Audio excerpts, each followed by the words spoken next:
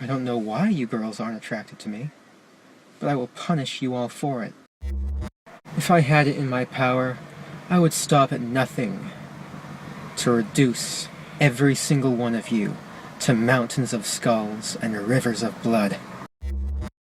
22-year-old Elliot Rodger broadcast his hatred for women and the world for months on his YouTube channel, and yet no one knew that the day he referred to as his day of retribution was on the horizon. It was a day that would rock the college community of Isla Vista to its core, result in the death of 6 innocent people, and expose the man behind the murders as a narcissistic coward desperate to be viewed as a supervillain. I will punish all of you for it. You will finally see that I am, in truth, the superior one. The true alpha male.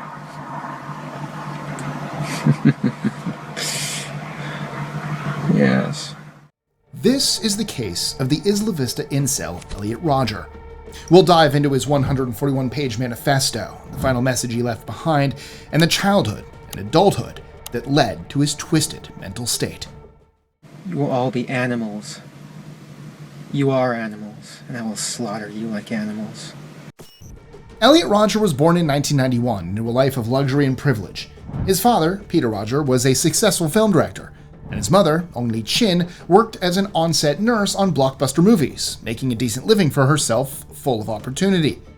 His grandfather, George Rodger, was a revolutionary photojournalist known for his heartbreaking and enlightening photos of the Bergen-Belsen concentration camp. Photos such as this, which show the mass graves of hundreds of innocent people.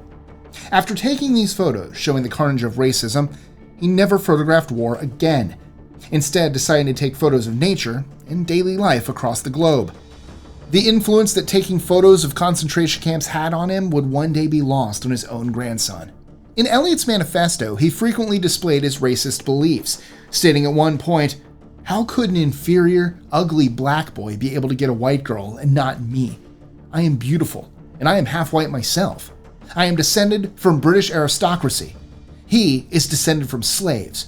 I deserve it more." When Elliot was 4, his grandfather passed away. At the time, Elliot was on a vacation in Greece with his parents, and at that point he had traveled to 6 different countries: the US, Greece, Malaysia, the UK, France, and Spain. He would later boast about this, yet at the same time complain about how bitterly unfair life was to him. For the first few years of his life, he attended Dorset House School, one of the oldest private prep schools in the country. His grandmother, Ma, moved into the home to help raise him, and soon his younger sister Georgia was born when Elliot was 5. That same year, the family moved to Woodland Hills, California, a relatively wealthy neighborhood in the San Fernando Valley. Peter, eager to expand his career as a director, felt it was the best choice for their family to be as close as possible to Los Angeles. Eventually, the family moved up the hill to Topanga, a creative community in the Santa Monica Mountains, where they lived in a lavish house that Elliot grew to love. Around this time, he started going to school at Topanga Elementary School, a school known for its enrichment programs, plays, and musical programs, which all take place at this outdoor amphitheater. It was at this time that Elliot's parents divorced.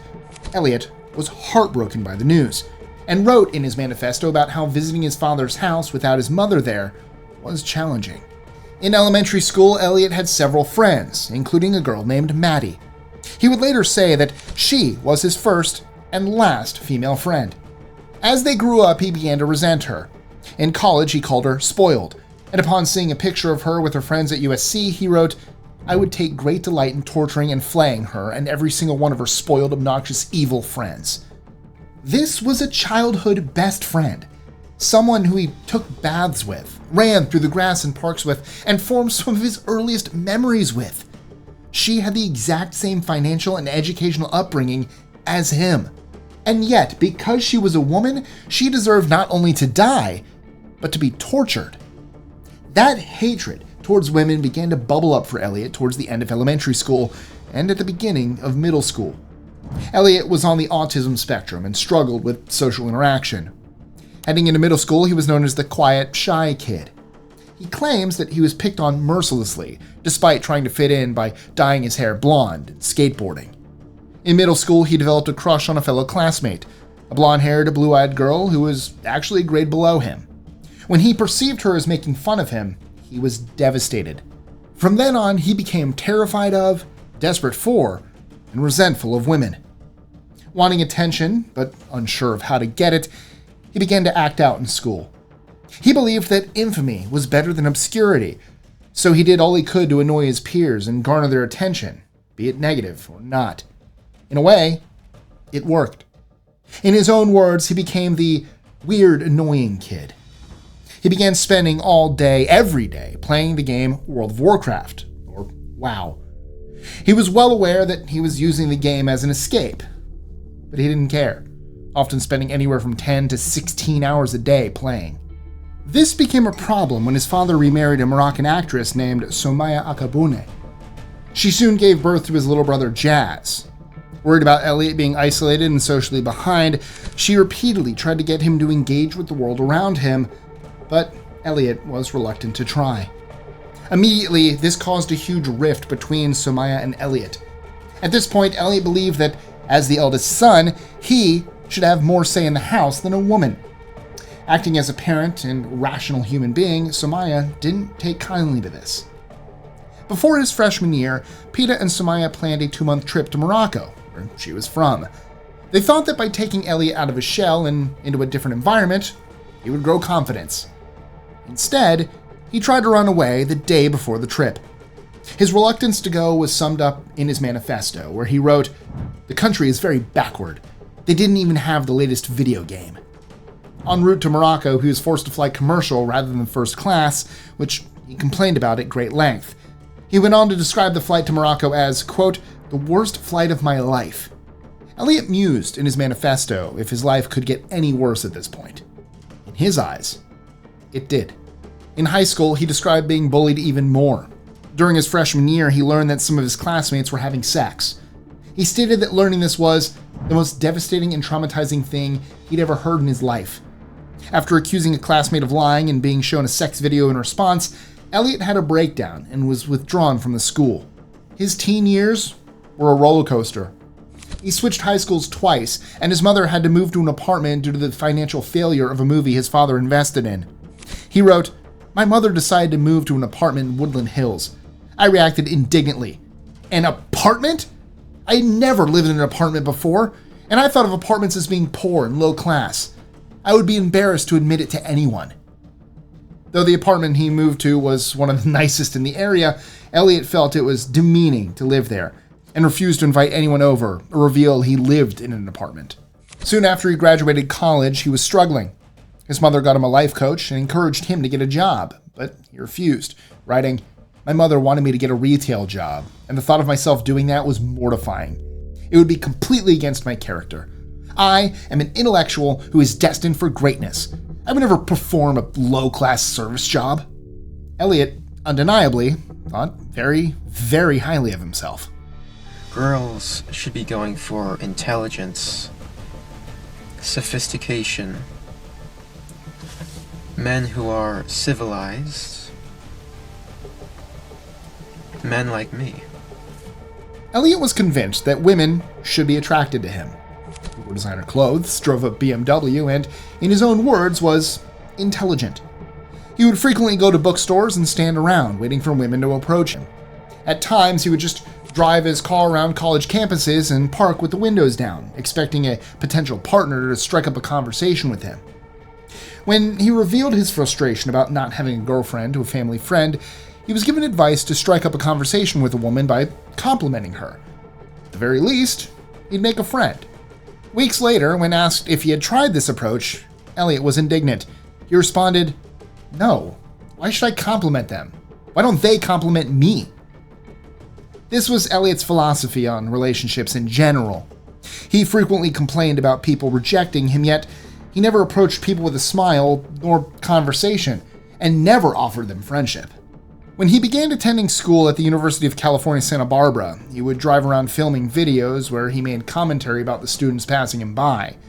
These videos provide good insight into his state of mind. Right now I'm going on a little tour through Isla Vista on a Friday night. This is when all the college parties happen. Look in there. There's a party happening right now. So many beautiful girls walking around here.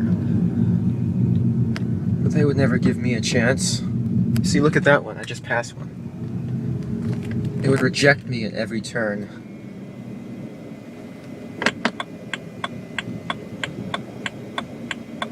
Young couples walking around. It makes me so envious. At this point in 2013, Elliot had already dropped out of 2 colleges, unable to handle seeing couples. On several occasions, he walked out of classes simply because he saw a man and woman kissing or holding hands. He described the rage he felt as insurmountable. At UCSB, known for being a party school on the beach, Elliot felt he had a chance at losing his virginity. However, after only days there, that hope was fading. During his first week, he learned that the friend of one of his temporary roommates had had sex with a white girl when he was 13. Enraged, Elliot had to stop himself from throwing orange juice at the man. He went to his room and sobbed, describing it as a traumatic entrance into his new life in Isla Vista. As I stated before, he wrote, "How could an inferior, ugly black boy be able to get a white girl and not me? I am beautiful. I am half white myself. I am descended from British aristocracy. He is descended from slaves. I deserve it more." I tried not to believe his foul words, but they were already said, and it was hard to erase from my mind. If this is actually true, if this ugly black filth was able to have sex with a blonde white girl at the age of 13 while I've had to suffer virginity all my life, then this just proves how ridiculous the female gender is. They would give themselves to this filthy scum, but they reject me? The injustice! From then on, his outbursts got worse. After seeing a Mexican man kissing a white girl, he was tempted to throw a drink at them. When he saw a couple kissing at a Starbucks the next day, he followed them and threw a coffee cup at their car.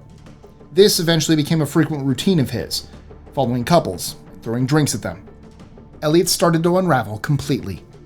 In 2013, he gained 2 new roommates at USCB, Wei Han David Wang and Changyuan James Hong, 2 20-year-olds studying computer engineering. Immediately, Elliot hated them, describing them as, quote, the biggest nerds he had ever seen. Everyone else, however, described the boys as kind, giving, and charismatic. It was around this time that Elliot began procuring handguns for his plan to enact revenge on the world for rejecting him. The plan, he outlined, would start with killing his roommates, then luring people into his apartment, torturing them, and putting their heads in bags. The next day, he would kill his little brother, so he wouldn't grow up to surpass him and his stepmother, planning the attack for May when his father would be on a business trip. Then, he would return to Isla Vista and kill as many women as possible before pouring the heads onto the street. For weeks, he posted videos detailing his struggles with women on his YouTube channel. Hey, Elliot Rodger here. Right now I'm just taking a walk through the park in this really nice, secluded area. I'm just contemplating about my life and how unfair it's been lately. Ever since I started desiring girls, but they never desired me back. Life has been a living hell since then. Everyone else my age is out having fun with their friends and their girlfriends. Here I am, taking lonely walks through a park. All of you sexually active men, I hate you. I hate all of you. And on May 23rd, Elliot began what he called his day of retribution. At the last minute, his father came home from his trip, forcing Elliot to stand down on murdering his little brother and stepmother. He had no idea how much this action changed the course of his family's future, until his son had already committed his heinous crime. Elliot practiced stabbing the pillows and mattress in his bedroom before ambushing David as he entered the apartment. David tried his hardest to stop the attack, but with no weapon, he was stabbed 15 times and slashed 23. James was stabbed 25 times soon after when he walked into the apartment. Elliot dragged their bodies to a corner of a bedroom and covered them both with blankets and clothes, trying to conceal them for the next part of his plan. But things don't always go as planned. 19-year-old George Chen, a close friend of both Elliot's victims, let himself into the apartment to visit them. A vicious fight began, where Elliot stabbed George 94 times. As he was bleeding out, Elliot dragged him into the bathroom where he took his final breaths. Then, Elliot casually went to Starbucks to get his usual, a triple vanilla latte.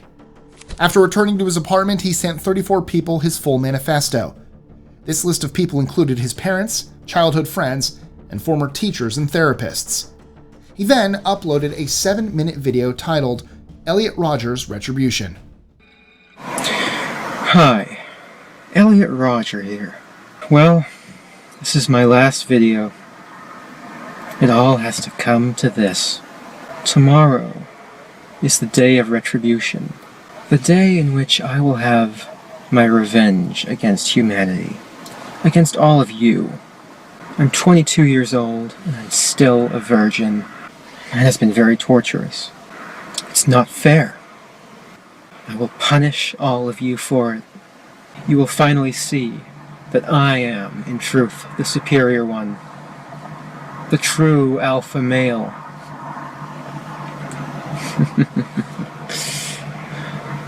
Yes. As he raced to Alpha Phi sorority house to kill as many women as he could, people in the valley, a good hour and a half away, were receiving his manifesto. His former therapist was the first to open it. A few sentences in, they knew they had to warn Elliot's mom and law enforcement that something was deeply wrong. Elliot's mother, father, and stepmother contacted one another and began to race toward Isla Vista after Elliot refused to answer any of their calls. As they careened down the 101, breaking news came across the radio. There was a mass shooting at UCSB. Their hearts sank. On campus, Elliot had rushed Alpha Phi, but after not being able to get inside, he turned to 3 girls on the sidewalk and shot each of them. 19-year-old Veronica Weiss was shot 7 times. 22-year-old Catherine Cooper shot 5. Within seconds, both Veronica and Catherine were dead. The third woman who was shot, Bianca, was clinging to life on the sidewalk. She later told news outlets that Elliot was smiling as he fired the shots at them. Bianca called her mother, screaming into the phone that she was going to die as she bled on the sidewalk. Law enforcement and bystanders descended immediately, comforting Veronica and Catherine as they took their last breaths. A bystander took Bianca's phone and assured her mother that Bianca was going to survive. Elliot continued on his rampage.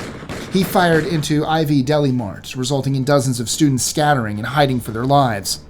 Unfortunately, 20-year-old Christopher Michaels Martinez was shot as he entered the store through the door. Elliot then fired into Pizza My Heart, a restaurant, but thankfully only grazed a passerby in the arm. He continued on this path, hitting one man with a vehicle, shooting a cyclist in the thigh, and stopping to intimidate a woman who was walking alone. He called out to her, "Hey, what's up?" before he raised the gun and fired at her. Fortunately, he missed. He tore down the street, hitting everyone he could with his car. Upon seeing deputies, he exchanged gunfire with them, thankfully missing them. When he took a shot in the hip, he raised the gun to his head. After killing several people and terrorizing many more, Elliot ended his life. His body lay on a dirty street as detectives swarmed the scene. 6 people were killed by this cowardly hand, and many more were injured and traumatized. Several families and communities were in mourning, and the memorial services for the lost students were attended by thousands. Elliot wanted to be addressed as the Supreme Gentleman. Of course, he was anything but. In the aftermath of the murders he committed, many have spoken out about the radicalization that can happen to young men in forums on the internet. Unfortunately, that still takes place today. If you'd like to see our video on Alec Manassian, who was inspired by Elliot to commit a heinous crime of his own, take a look at it here. Unlike Elliot, he lived to tell the tale, and his reasoning is just as twisted.